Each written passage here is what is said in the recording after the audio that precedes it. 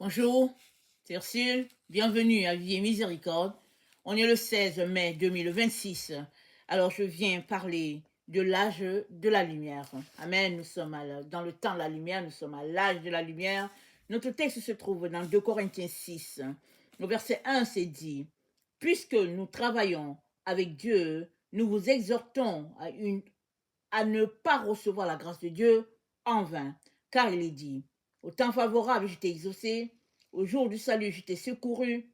Voici maintenant le temps favorable, voici maintenant le jour du salut. » Nous ne donnons aucun sujet de scandale en quoi que ce soit, afin que le ministère ne soit pas un objet de blâme, mais nous nous rendons à tous égards recommandables comme serviteurs de Dieu par beaucoup de patience dans les tribulations, dans les calamités, dans les détresses. On va s'arrêter là.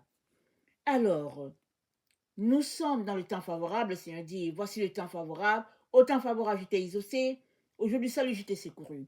Et nous savons que le temps favorable a commencé depuis que, n'est-ce pas, l'ange Gabriel a visité la Vierge Marie. Et l'ange lui a dit, une grâce t'a été faite. Et la grâce, au fait, c'est un fruit, le fruit qui a été offert à Marie. Et ce fruit, c'est une personne. La personne, notre Seigneur Jésus-Christ. Donc, depuis que cette grâce a été accordée à la terre, n'est-ce pas, la lumière nous a visités. Alléluia. Maintenant, il a fallu que cette lumière évolue jusqu'à un certain stade et les gens situent à 33 ans. Ils disent autour de 33 ans, il est mort parce qu'il fallait que le grain tombe à terre. Tant que le grain ne meurt pas, il reste seul. Mais une fois qu'il meurt, alors il est répandu pour tous. C'est ça qui est arrivé, Jésus-Christ est mort. Une fois ressuscité, il nous a donné la vie, si bien que, quand bien même nous aurons à quitter cette terre, la résurrection est pour nous, parce que nous aurons donné notre vie à Jésus. C'est ça que nous avons fait. Si tu n'as pas encore donné ta vie à Jésus, arrête-toi maintenant. Ne continue pas d'écouter la vidéo. Arrête-toi, donne-lui ta vie. Ouvre ta bouche, n'est-ce pas? Et confesse que tu aimerais lui appartenir. Demande-lui pardon pour tes erreurs, pour tes péchés. Demande-lui pardon d'avoir marché loin de lui. Et puis, donne-lui l'occasion de te prouver qu'il est ton Père, qu'il est ton Dieu, et que ce qu'il a pour lui, ce n'est que des projets d'avenir. Ce qu'il a pour toi, pardon, ce n'est que des projets d'avenir. Mais ça prend que tu lui donnes ta vie, mais que tu ne retournes pas la chercher. Parce que souvent on dit, ok, Jésus-Christ, je te donne ma vie, tu es tout pour moi, je t'aime. Et puis, après quelques jours, on reprend notre vie, on s'en va faire les choses que nous faisions. Non, non, non. Une fois que tu as donné ta vie à Jésus, laisse-lui ta vie entre les mains. Laisse-le te conduire et te diriger. Enlève ton pied de la pédale où tu es en train d'accélérer à aller dans une autre direction. Laisse Jésus-Christ te conduire. Amen. Et sa lumière qui t'a visité, à partir du moment où tu lui as donné ta vie, cette lumière va aller grandissante en toi. Alors, nous sommes dans ce temps favorable et c'est dit dans Luc 1, amen, je vais lire ça rapidement, alors que le sacrificateur Zacharie a reçu, n'est-ce pas, une élévation pour Dieu par ses lèvres, il a dit dans Zacharie 1, le verset 78, il a dit, « Grâce aux entrailles de la miséricorde de notre Dieu, en vertu de laquelle le soleil levant nous a visités d'en haut, pour éclairer ceux qui sont assis dans les ténèbres et dans l'ombre de la mort, pour diriger nos pas dans le chemin de la paix. » Amen. Le soleil nous a visités. Et le soleil, n'est-ce pas, c'est Jésus. Il est plus que le soleil. Sa brillance est plus que la brillance du soleil. Et si tu décides de lui donner ta vie, alors marche, n'est-ce pas, dans ton engagement de le suivre. Cette lumière en toi va aller grandissante, si bien que tes ténèbres vont se dissiper, n'est-ce pas, pour faire place à cette lumière, la véritable lumière, n'est-ce pas?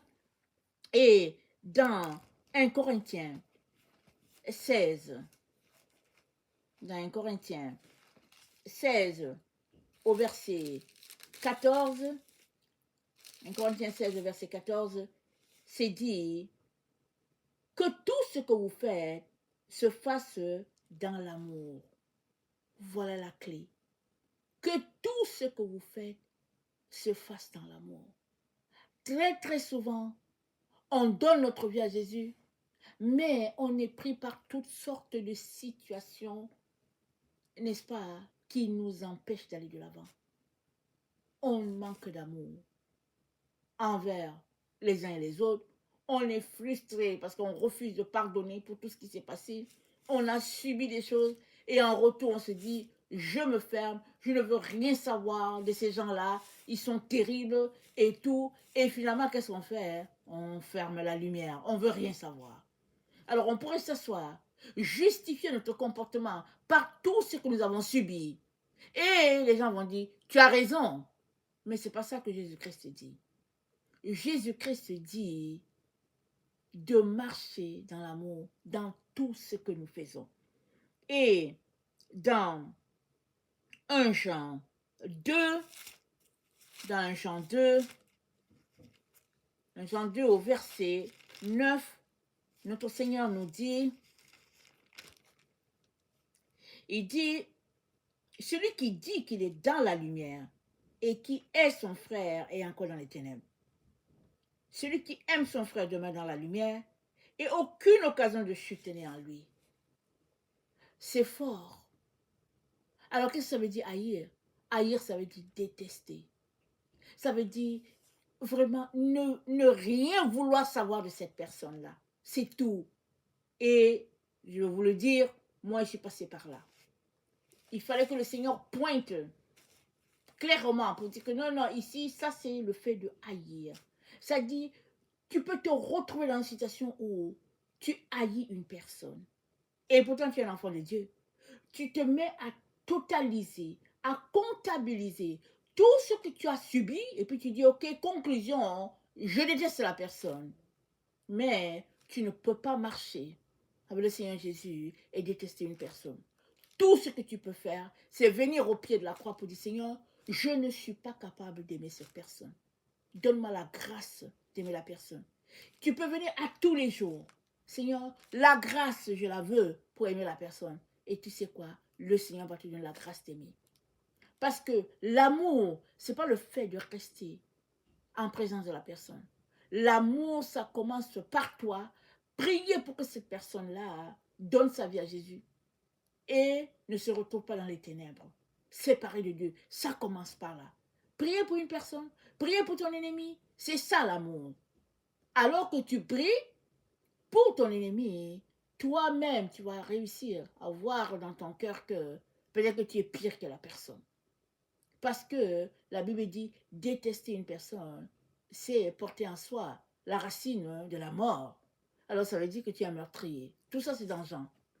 Or, Dieu nous a appelés, n'est-ce pas, à nous pardonner réciproquement, à nous supporter. Il a dit, si l'un a essayé de se plaindre, n'est-ce pas, qu'il puisse pardonner. Et nous sommes là à ce stade de notre vie où c'est le temps de la lumière, c'est l'âge de la lumière, même si les ténèbres sont là sous nos yeux et qu'on se dit que non, mais c'est terrible sur la terre, Dieu dit, c'est l'âge de la lumière. Et la parole de Dieu nous dit, il dit quoi? Attendez, au verset 8, c'est dit, toutefois, c'est un commandement nouveau que je vous écris, ce qui est vrai en lui et en vous, car les ténèbres se dissipent et la lumière véritable paraît déjà. La véritable lumière paraît. Et qui est la véritable lumière? C'est notre Seigneur Jésus. Quand il marchait sur cette terre, les gens ont pensé que c'était Jean-Baptiste. Mais Jean 1, le verset 9 dit, mais il était la véritable lumière. Donc Jésus-Christ, c'est lui la véritable lumière. Et le texte de 1 Jean nous dit, les ténèbres se dissipent. Les ténèbres ont commencé à se dissiper depuis le 1er siècle. Et quand Jésus-Christ est mort, n'est-ce pas? Il a emporté les ténèbres et c'est la lumière qui a éclaté sur la terre. Après, parce qu'il est mort, c'est dit que quelques heures après, la terre a plongé dans les ténèbres. Et quelques temps après, c'était la lumière. Jésus-Christ a emporté les ténèbres avec sa mort et sa résurrection a envoyé la lumière à toute l'humanité. Et cette lumière est faite pour briller sur toute la terre, n'est-ce pas, à des temps infinis, éternellement. Et nous sommes à ce point où Dieu est tout simplement en train de renverser les choses. Alors que les ténèbres ont pris de l'ampleur et que le monde marche dans la confusion, c'est dit, le peuple qui vit dans les ténèbres voit une grande lumière et sur ceux qui habitaient le pays de l'ombre de la mort, une lumière resplendit. Ça se trouve dans Ésaïe 9 et au verset, n'est-ce pas, 1, c'est dit, la lumière a resplendi. Et le verset 2 dit, tu rends le peuple nombreux, tu accordes au peuple de grande joie. Comment est-ce que le peuple est nombreux? Le peuple est nombreux parce que depuis que Jésus-Christ est venu et qu'il est mort, n'est-ce pas, le salut est accessible à tous. Quiconque lui donne la vie, sa vie, devient enfant de Dieu, devient enfant de lumière. Et il y a un texte dans Proverbe qui dit, quand le peuple est nombreux, le roi règne. Alléluia. Alors nous savons que l'ennemi, par toutes ses tactiques, a essayé, n'est-ce pas, d'usurper la place de Dieu afin de régner. Mais qu'est-ce qu'il apporte aux gens? Juste les ténèbres, juste la contrefaçon. Mais la véritable lumière, c'est Jésus. Il est donc important, à cette heure où nous nous trouvons, que tu puisses lui donner ta vie, oui, mais marcher dans la lumière. Et marcher dans la lumière, c'est quoi? C'est aimer son frère et sa sœur. C'est de façon pratico-pratique. Si tu dis que tu aimes une personne, ou bien si tu dis que tu aimes Jésus, et que tu détestes ton frère et ta sœur, tu n'es pas dans la lumière. Et aimer, c'est quoi? C'est poser des actions qui montrent l'amour. Tu ne peux pas dire que tu aimes ton frère et ta sœur et ignorer ses besoins. Ce n'est pas possible. Tu ne peux pas dire que, n'est-ce pas, tu aimes telle personne et faire comme si tu n'as jamais entendu que la personne a des problèmes.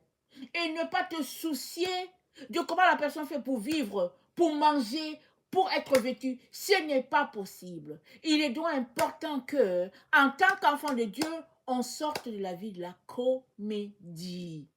Parce que c'est ça qui sera jugé dans les temps où nous sommes. Si tu as marché dans l'amour, tu es enfant de lumière, tu passeras l'éternité dans l'amour. Si tu as marché dans les ténèbres, en train de détester ton frère, en train de ne pas pratiquer les actes d'amour, tu es enfant de ténèbres, tu seras séparé de Dieu. Dieu ne veut pas cela pour toi, alors il te dit, la lumière véritable a paru, et puis c'est l'âge de la lumière. Que fais-tu à continuer à marcher dans les ténèbres? Amen. Que fais-tu? En accumulant les choses, en refusant de laisser aller, pardonner l'autre. Qu'est-ce que tu fais?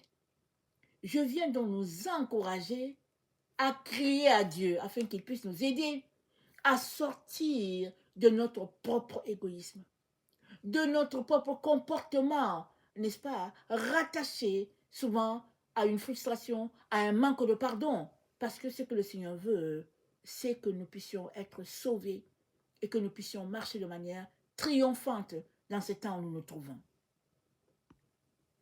Et dans 1 Thessaloniciens 3, le verset 12, c'est dit que le Seigneur augmente de plus en plus parmi vous et à l'égard de tous un grand amour pour nous, un grand amour que nous avons nous-mêmes pour vous.